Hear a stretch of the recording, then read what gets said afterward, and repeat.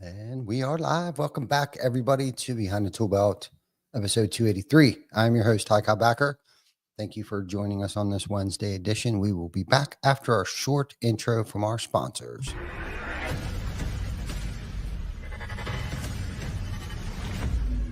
TC Backer. Roofing, siding, windows, gutters, solar. Roofing, siding, windows, gutters, solar. TC Backer.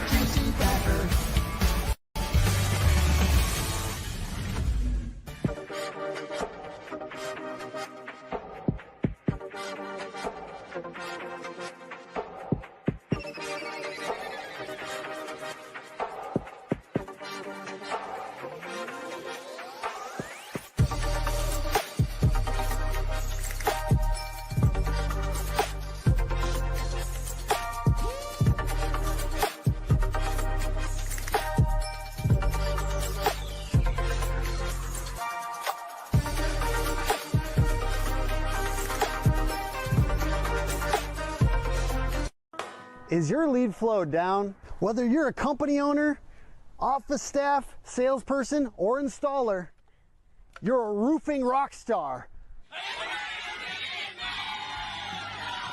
We help you get more leads with custom SEO, Google Ads, and a pro website.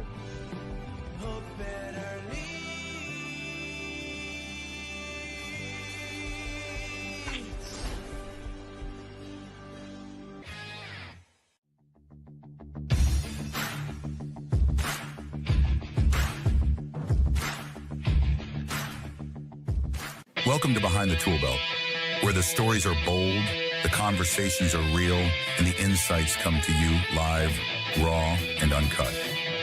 Every week, host Cobb sits down to bring you the stories, the struggles, the lessons learned, and the wins. No filters, no scripts, just the truth.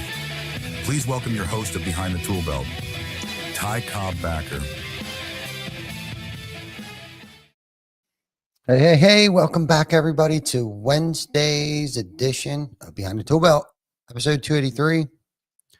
This is the podcast where we dive deep into the minds of our industry leaders who are changing the game in construction, contracting, and beyond. We got to throw that beyond in there because we do get a lot of people on here that don't necessarily work in our industry, but do work for our industry, if that makes any sense.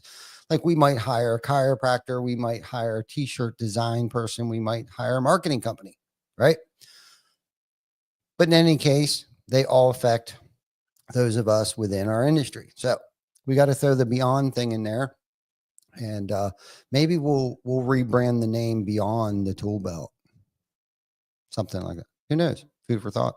Planted that seed. Maybe we'll water it later. But anyhow, I was digging through the archives and came up with a couple things to talk about today, and most of which I didn't come up on my own, just notes, things like that I've jotted down over the years that actually meant something to me totally different than what it means to me today. A lot of this stuff, I was kind of reviewing my why, and for those of you that have heard me mention my why, I talk about my why. It's an area where I put notes. I just kind of titled it my why.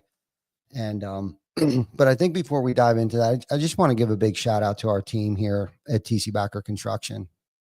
Mike Torrio down there at the Bluffton location, and Jonathan, those guys down south, they're crushing it. They're doing an amazing job, and the team up here in York, and obviously the team down in Delaware, they're also doing a great job. And but I'm feeling very inspired by the type of communication that we are having with our team, amongst our team members, and things like that. Hold on one sec. I feel like my throat's dry.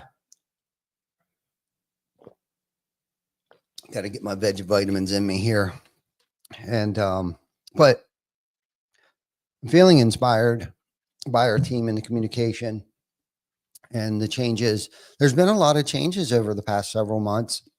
And I think a lot of us have discovered that what got us here won't keep us here, and where we want to go. And if we want to grow, there's changes. which that should have been the topic. Maybe it will. Maybe I'll touch on that a little bit more. But I'm just feeling super. I had a meeting, very inspiring meeting this morning with our operations and production team and sales, and the communication amongst those group of men and women that are in those groups. Man, it just is amazing, and the leaps and bounds and the growth, and to be able to watch each and every one of them grow into the professionals that they are today is just super inspiring for me. And as a leader, that is one of my goals, is to help teach and train and mentor and sit back and keep my mouth shut, all in the same sentence, all in the same meeting. Right. And not to hold a meeting hostage. And it's not, none of this is about me or I, me. It's definitely a we thing. And I think that's probably what inspired me to come up with the conversation that I wanted to talk about. So I kind of dug through some of my archives, some of the stuff we might have talked about before. And it really starts with entrepreneurship, the journey of entrepreneurship, and why a lot of people get involved with entrepreneurship. And I read, oh man, Patrick Bet David's, one of my favorite all time. I read it at least once a year. It's just such a good book, and I highly recommend it to anybody. But he talks about the 4 levels of why most people become entrepreneurs. And so, of course, my ears perked up. I was like, oh shit, man, I gotta dive into this a little deeper. And one of the first things he talks about is survival, right? You're kind of in survival mode, and you got bills to pay, you got mouths to feed, and you got all this stuff. Like you just, and that, and I'm thinking about this, and that's kind of been that was my journey, right? It was out of complete survival, and I knew I had talent, I knew I had skills. I'm a roofer by trade. I grew up, on the production side of things, and came from a background of entrepreneurship. And big shout out to my mom and dad who have been my biggest mentors and coaches. My dad's still an amazing coach to me today, but but I think a lot of people get stuck in that survival mode, where they're just out for themselves. They're, pretty much really started for all the wrong reasons. Same as myself, whether it be a resentment, they put their 2-week notice in and got fired and decided they're going to go out and buy a truck and throw a ladder rack on. And that's the great thing about this country. Like, nobody said that we can't go out and put a ladder rack on our truck and, consider ourselves a contractor. And, some states vary where you got to have licenses and things like that. And I know the state of Maryland's pretty strict on things like that. And PA, not so much. Texas, not so much. Florida is the big dog down there, where you got to pass all kinds of rules and take all kinds of tests and stuff like that, which I think, in fact, it helps level the playing field, and things like that. But like I said, a lot of people kind of just stay stuck in that survival mode, right? Where they're just trying to make ends meet, and they're just kind of doing it, to help themselves and provide for their family and things like that. And then the next level is, status, right? Kind of where you start to feel like you have arrived, that status, and proving your haters wrong. And again, this is talking to me right now, right? As I'm reading these pages, right? Like this is my story, and I think that's why I hold this book so dear to my heart. And he came out with another great book too, Choose Your Enemies Wisely. And it was perfect timing when he released that book too. And by no means am I getting paid to market Patrick Bet David, which I wish that we were, but we're not. But, and again, it's like, I guess my point of sharing this with you, one point is that, remaining a student, and remain teachable is paramount over everything. The moment that I start to feel like I know everything, and I think that's why a lot of people get stuck in that survival mode, because, and then that status mode, right? It's because they feel like they have arrived, they got this now, right? They got a couple dineros in the bank, and it's not there for very long, and achieved that final phase, which I'll talk about here shortly. But the whole status is, it's proving your haters wrong, resentment's fear, and then comes the nice house, right? Keeping up with the Joneses, et cetera, et cetera. And it's all about status, right? You're building a big deck on the back of your house because your neighbor built a deck. So you got to build a bigger deck, right? And I'm sure we can all relate to that, whether, you're into entrepreneurship or not. And I think a lot of people start to slow down, and over the years, I've watched businesses, come out of the woodwork, bam, bam, bam, and it's like then they just kind of hit this plateau and they start to slow down and they kind of settle in at that level where they're kind of, you know, just stuck between like that survival and that status mode. And then and I think a lot of people want to get involved with it too. There's that freedom stage, right? I think they think, you know what I mean? Like all three of the first stages kind of coincide with each other. It's like, yeah, I want to start my own business so I can spend more time at home with my family and go on vacations and all these things, all these dreams, the American dream that we all hear about and watch on TV, and the vacations and the cruises and the jet planes and all these things. And it's like, I think that's kind of putting the cart before the horse a little bit. It's a great goal. It's a great dream, to have that. And, I think everybody wants to make enough money so they can feel comfortable. But that takes time. That doesn't happen, in like 12 months. Sometimes, I heard something, I read it a long time ago. It's like, and I think this goes for any business where it takes, the first 5 years work before you even start to break even, if you're doing it right.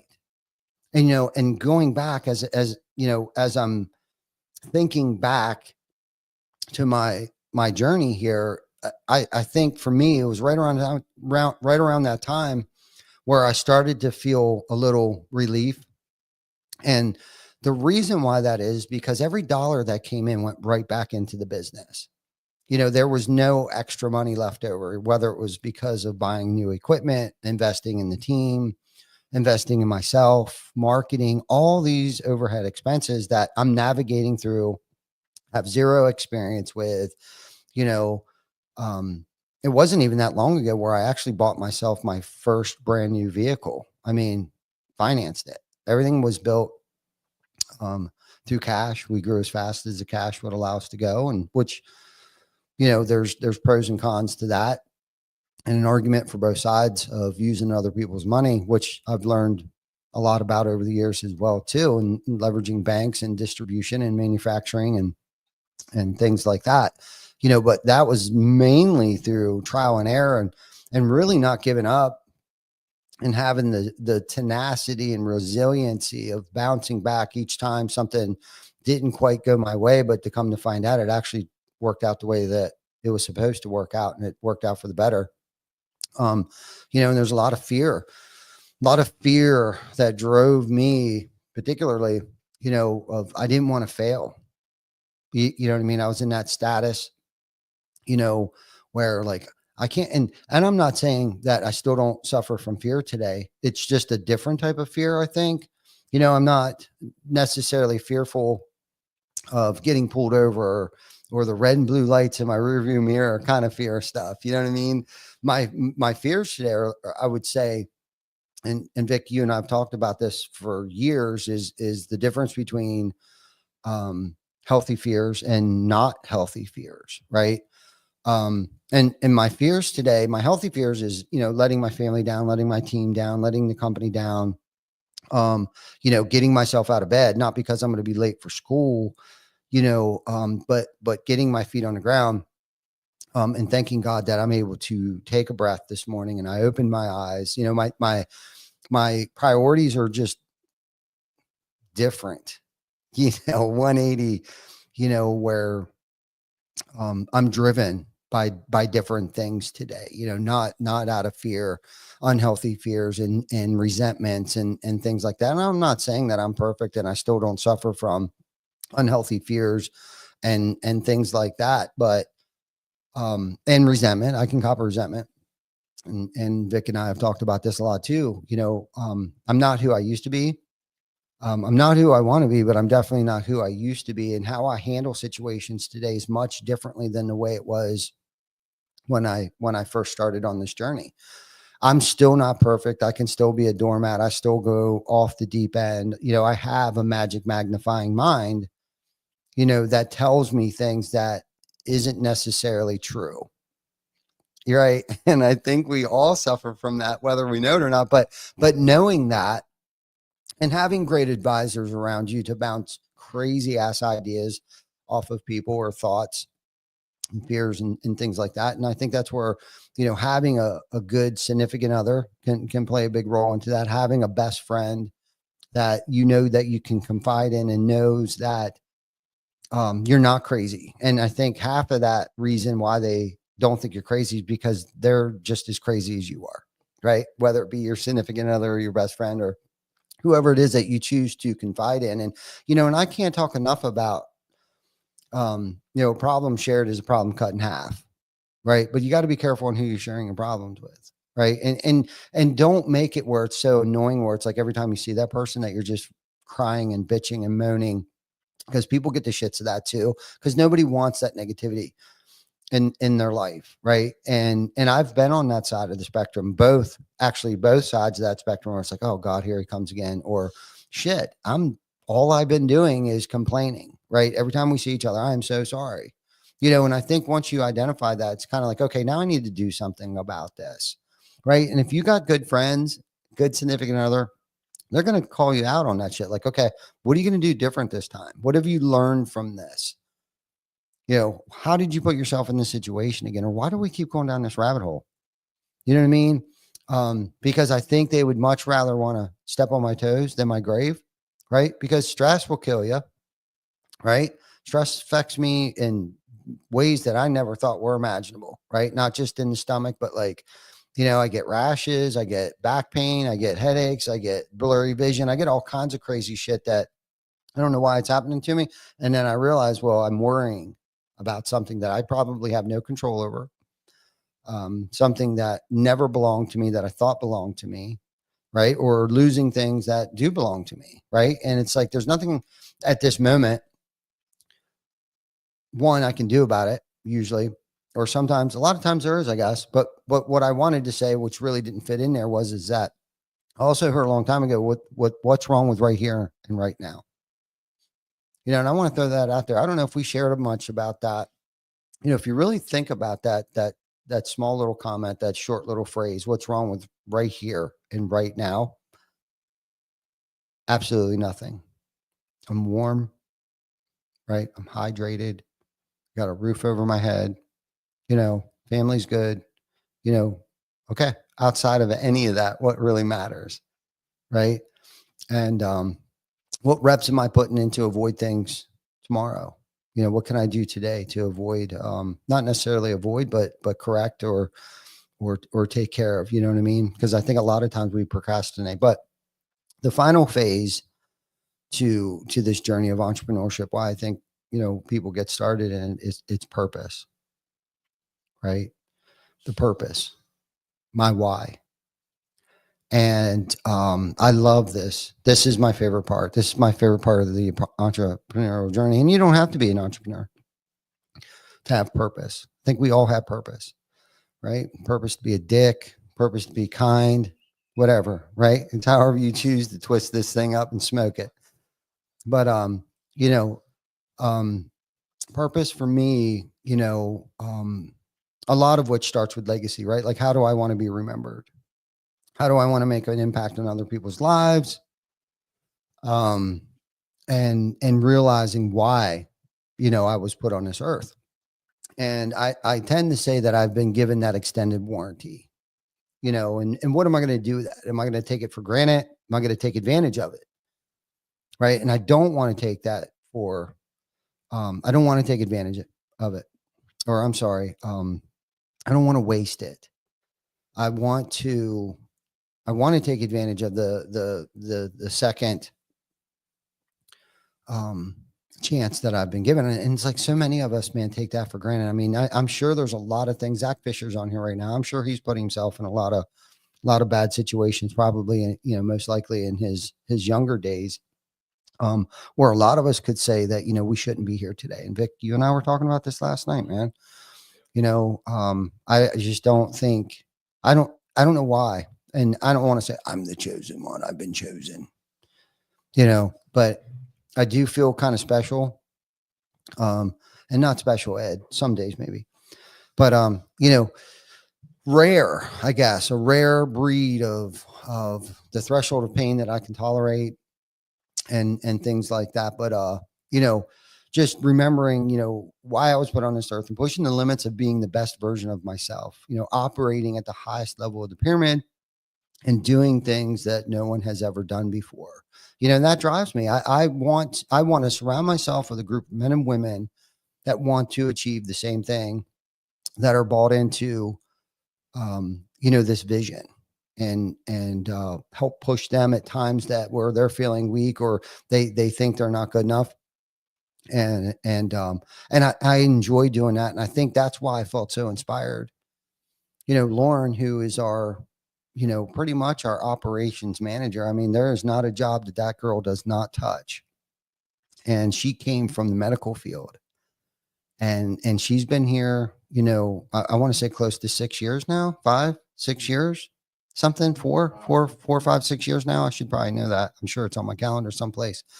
But when she first started here, it was before COVID. So it's over 5 years, probably close to 6 years.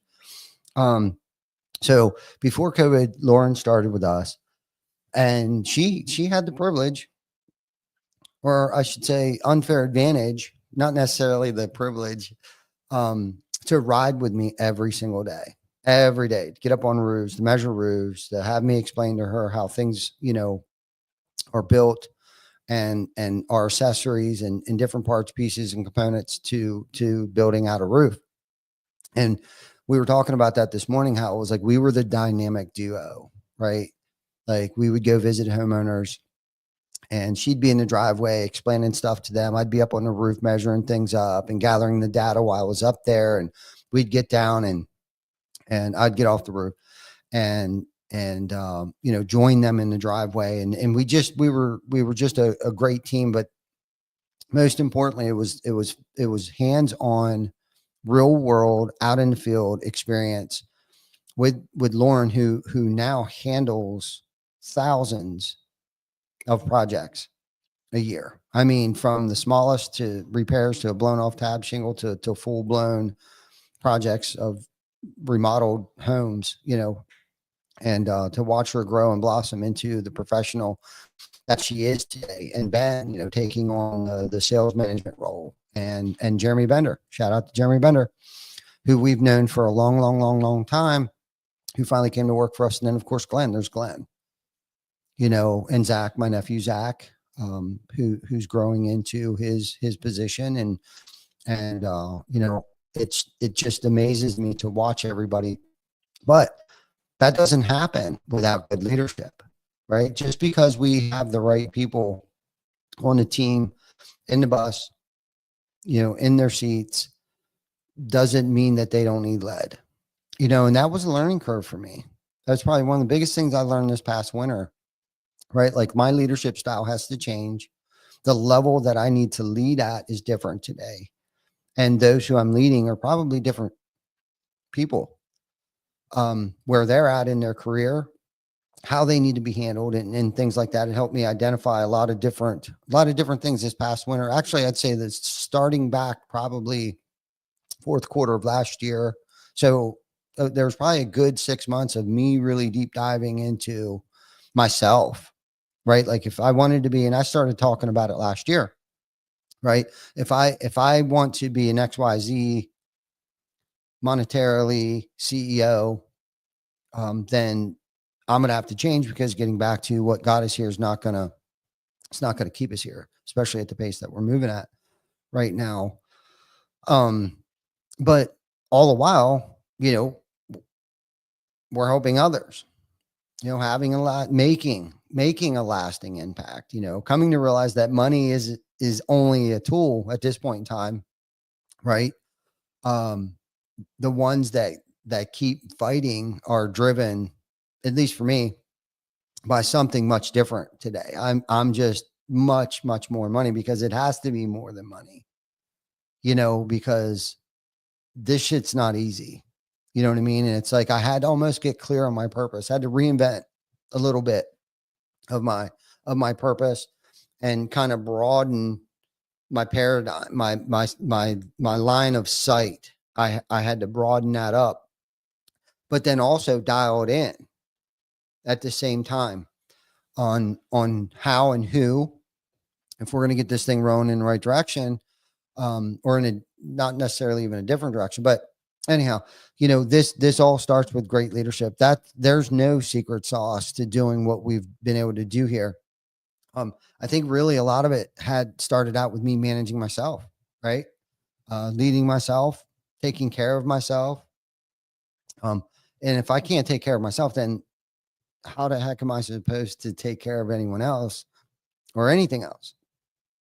And then also, to be a great leader, you must know how to serve others. And I can't express that enough, especially when you don't have it. I had a little podcast with Tim Brown, and he's asking me questions about, if you're just starting out in the roofing industry, if you're doing $1 million to $5 million, what type of charitable things should someone do, to be successful? And I answered a couple questions, some of my thoughts and stuff like that, because a lot of this stuff doesn't cost the company. You know what I mean? I think he was speaking in terms of revenue, because they can't afford the things that we do today, which is totally understandable. But you could also partner with somebody else on some other things that they do. But the most important thing, and I think this goes back to the status and survival mode, like when we first start out in entrepreneurship, is because we don't have anything, right? So we go into this survival mode, this survival of the fittest, and like we're making bad calls, we're making bad decisions, we're cutting corners, we're just trying to churn and burn some cash here so we can survive, right? And it's like, there's no way that I can give back to my community. That's like the furthest thing from my mindset at that time is giving something away that I don't even have, right? But how false that is, how false thinking. That's the story I'm telling myself, right? And that is the exact time that you need to give, is especially when you don't have it to give, right? That if anybody ever wanted to know the secret to success, okay, why are certain people so successful and other people aren't so successful? Well, it's because you're not serving. That's the bottom line. That is the silver bullet to success. Okay. That is, I don't care how much marketing you do, you're not going to keep it. Okay. I don't care how great your brand is. I don't care how big anything is. I was going to go off on a tangent of big things there for a minute. But I won't. You won't keep it. You have to give it away to keep it. And a lot of what I'm talking about giving away is your time to your children, time to your spouse, your time to your friends, your time, dedicating your time, giving your time to your community. There are so many things that you could do to get your team involved, get your family involved. There's soup kitchens. Okay. Every holiday. You don't have to do this big, great, grandiose 21 turkey salute, which we've been very blessed to be able to do that. And that's what I'm saying, and I'm not saying that our cup has been overflowing to the point where we have excess, excess, I think it's the word I'm looking for, amounts of stuff to give away. What I'm saying is it doesn't matter if you do or not, especially if your cup is overflowing, you better be giving shit away. Right. And I'm not saying you go to the bank and start pulling $100 bills out of the ATM machine or anything like that. Maybe that's what it is. I don't know. I don't think that's what they're talking about. I don't think that's what I'm talking about, where you sell the farm and just give it away. You obviously got to be smart. You got to be strategic about it. But I think the more that you give away, I know for a fact, the more I've watched my mom go through it. I've watched my dad go through it. I've watched it, not, I've watched it from a distance with other very, very, very successful business owners. I can guarantee you, and you don't hear a lot about it, and that's how humble these people probably are. And I think a lot of people like Warren Buffett. You can't tell me he doesn't have a nonprofit. You can't tell me that he doesn't probably have multiple nonprofits. You know what I'm saying? Now, I don't fully understand all of his business practices to speak intelligently enough to know if he's, and I'm sure there's a lot of people out there thinking he's greedy and selfish and self-centered, blah, blah, blah, whatever. The thing I do know is he's very smart, right? But I can also assure you, that that man probably has given more away than most people probably make in an entire year. But he's not, you don't see it all over social media. You don't, and that's the thing. You don't have to. And to get off subject here just a little bit is probably why I think we don't advertise it as much as we probably should have, and thought that we were being humble, like, oh, we don't have to. But we come to find out that we want the team to celebrate these wins and victories and charitable events and things that we've done. So we're going to do a better job at that, expressing our, gratitude to the community and thank you for the awards. Is whether, and we received the biggest award that we've ever received this year. I want to mention this. I want to bring this up. So every year we enter into what's called the Peak Achievement Awards, and hosted by the York Builders Association, which I actually have 2 meetings I have to attend shortly after this today. And so about 5 years ago, we were presented with an award that was called Community Involvement. Totally unexpected. It's not why we did what we do. And several years after that, we've received that. Now, the first year that we received that, I remember looking back at Chris Baker, and I said to him, and Vic, you might have been present too when I said this. I'll tell you here in a second why I mentioned Chris. Is because the thing I said to him is the real victory would be if and when somebody takes this award from us. Mission accomplished the minute. And I think we've talked about this before. Like, I wish somebody would come and get this award from us. Okay. Well, guess what happened this year? Somebody stepped up. Penn Waste, big trash removal company here in York, Pennsylvania. Obviously, Penn Waste. I don't know how many bicycles they built, but they must, thousands. They had built thousands and gave away bicycles for some Christmas thing that they did. I should probably look into it a little deeper. And unfortunately, I don't even know if anybody was there to receive the award this year for this, but we lost it. We didn't lose it. We didn't get the award this year. And Chris Baker looked over at me during the ceremony and he said, "Victory." It's giving me goosebumps right now. And I think I'm going to go out on a limb here. I think this award was created for us. They didn't have one until we came along. And I think they just noticed, the association noticed the amount of charity that we do. Almost there for a minute, it was almost too much and distracting a lot of people from the jobs that they're actually supposed to perform on a daily basis here. So we had to reel some things in. But the amount of community involvement that somebody noticed it, and we weren't posting shit on social. We'd come home that night, we'd take some group photos and some selfies and stuff like that, and maybe a few people were posting it, but we weren't going all in on that, which is a shame. But we did it enough, and I think enough people knew, because, and this is what I was talking to Tim about, it's been one of the greatest recruiting tools that we've had, unintentionally, totally unintentional, retaining tools, recruiting, retaining, and of course, same with customers. It's been one of our greatest tools for marketing our brand without even marketing it or branding it. It's like, oh yeah, we saw that there was 2,000 people down there on the corner of Penn and Market Street that was closed down. Was that you guys? Saw it on the news. Next thing we know, the news is showing up, right? All just because we wanted to help with the food insecurity here in York County. So that's an amazing thing. And I know we talk about that a lot, and I don't really give a shit because I'm very proud of my team, because we wouldn't be able to do that without our team. So big shout out to the team, everybody. Seriously, Kim, Mackenzie, they're up there crushing it. Sam, that little girl has grown leaps and bounds, not just as a professional, but into, a beautiful young lady.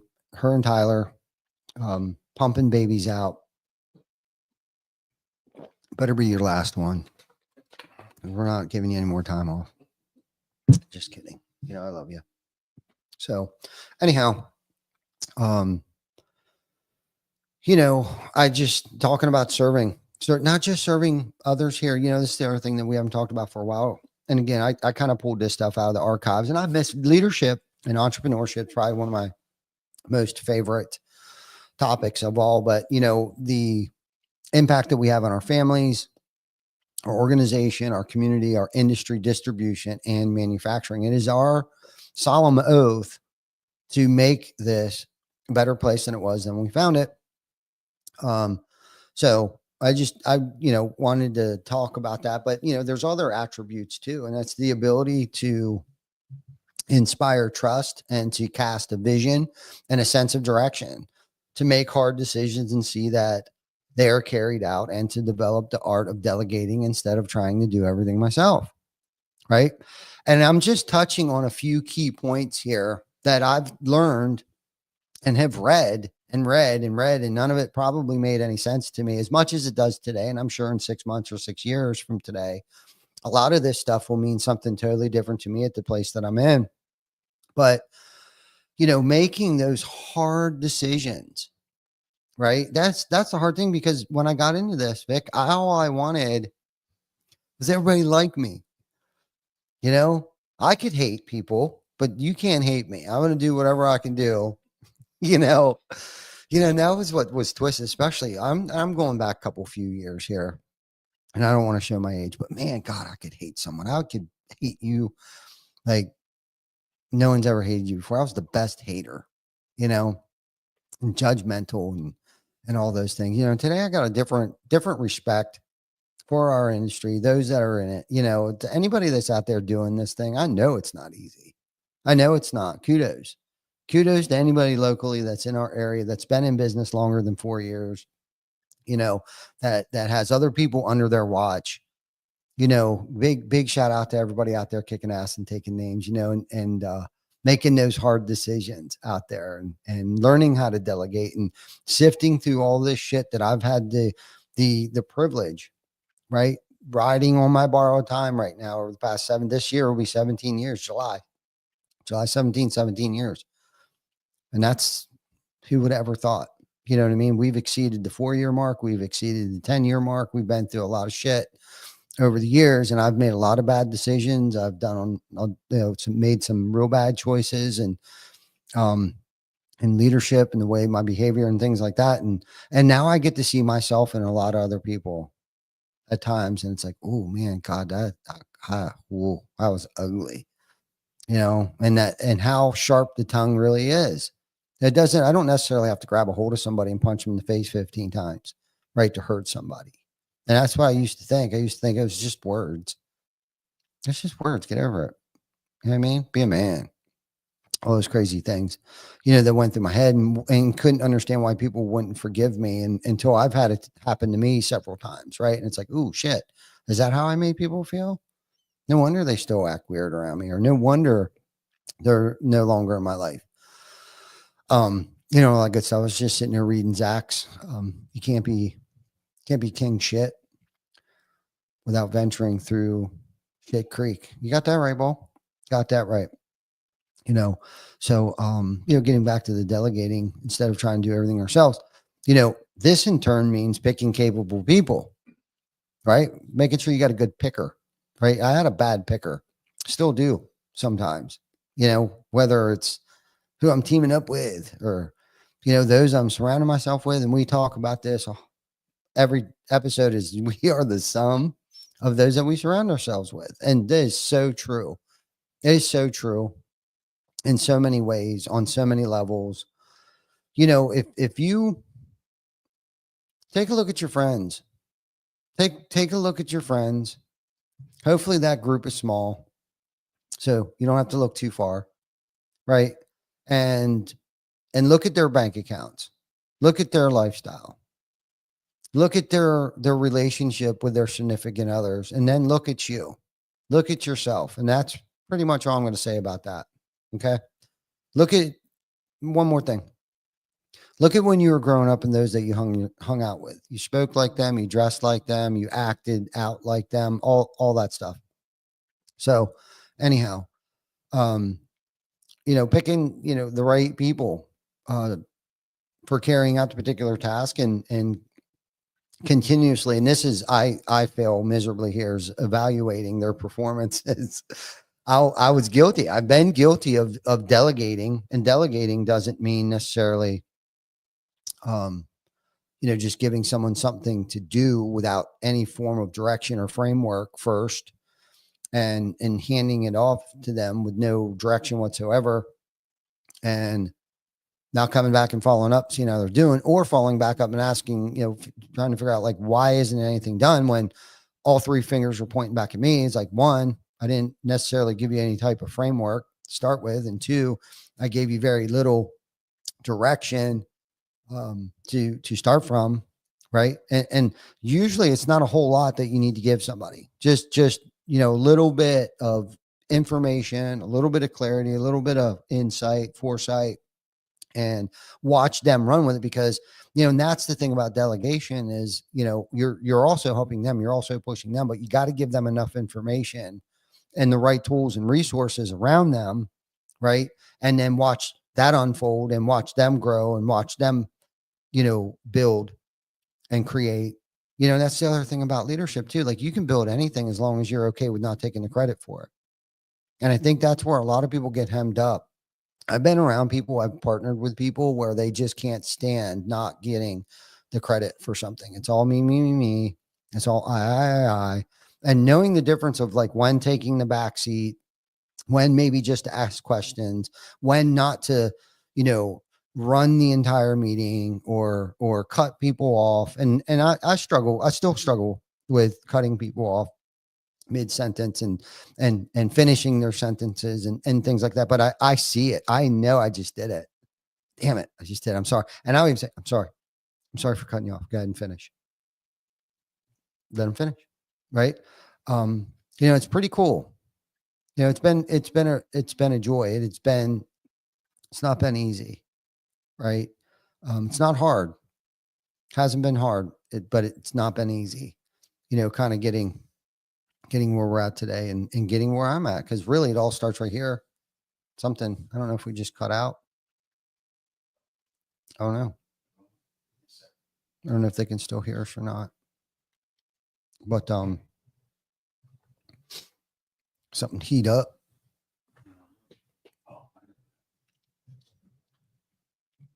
Oh, I guess you can still hear me. A little malfunction here. Let's see if, I pop back up here a little bit. About 43 minutes into this. Anyhow, but understanding not just my strengths, but also understanding their strengths, right? And limitations is critical too. And once you've discovered their strengths and certain people's, limitations and things like that, and being able to push those boundaries for them a little bit. I remember there was this guy, Keith, who worked for us for a long time. And he was probably one of my first, I'm going to call him a project maybe. And he was with me for, even when I worked for my previous company that I worked for, he worked with me there as well. And when we decided to start TC Backer, he came with me. And I remember pushing him to points where he never even knew existed.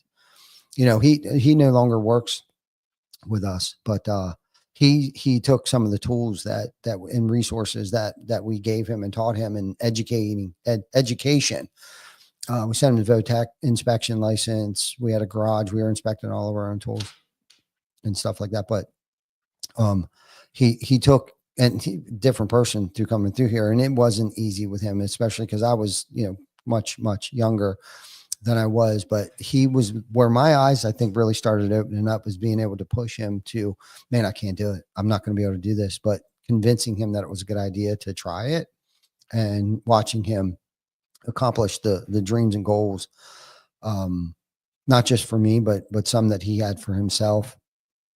And sometimes his great leaders were crisis managers, right? Which means having to deal with problems for which there's no playbook. There's no playbook for dealing with a crisis. Sometimes I'm a marriage counselor. Sometimes I'm a freaking electrician and a TV repair guy. I mean, and everything in between, right?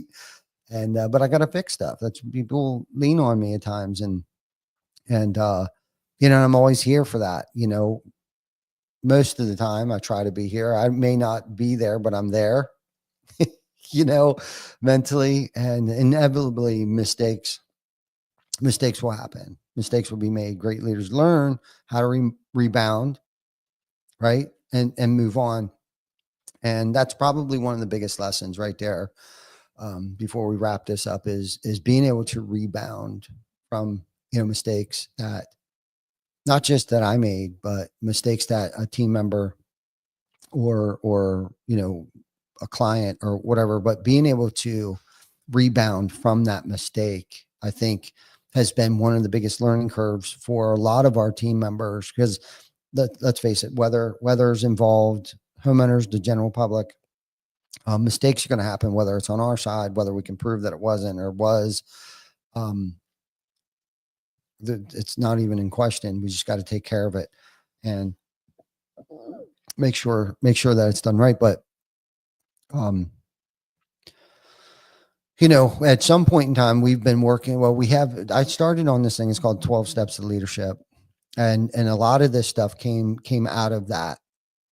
And again, that was just mostly some of the stuff that's on the surface, but I get a little deeper. Not that we didn't get pretty deep today. I kind of breezed over. And honestly, as the days and weeks and years and months go by on this stuff, I'm unpacking more and more and more and more of this stuff as time goes on. And a lot of it's starting to come to fruition, and understanding of what true leadership means and what it's about, and the purpose. So anyhow, I think that's all I'm going to have for today. We're about 47 minutes into this. I truly enjoy this. Thank you everybody for always joining us on this journey. And again, it's the same thing here. I'm learning more and more about myself on how to speak and things like that. Not that I'm a very good speaker, but I enjoy this. I enjoy sharing my experiences. I don't even want to say my knowledge and all that good shit. But anyhow, we'll see you guys next week. Thank you for joining us again. And we appreciate everybody. If you think there's somebody out there that could gain something from this today, please share it with them. Until then, you guys have a good week, and I'll see you next week.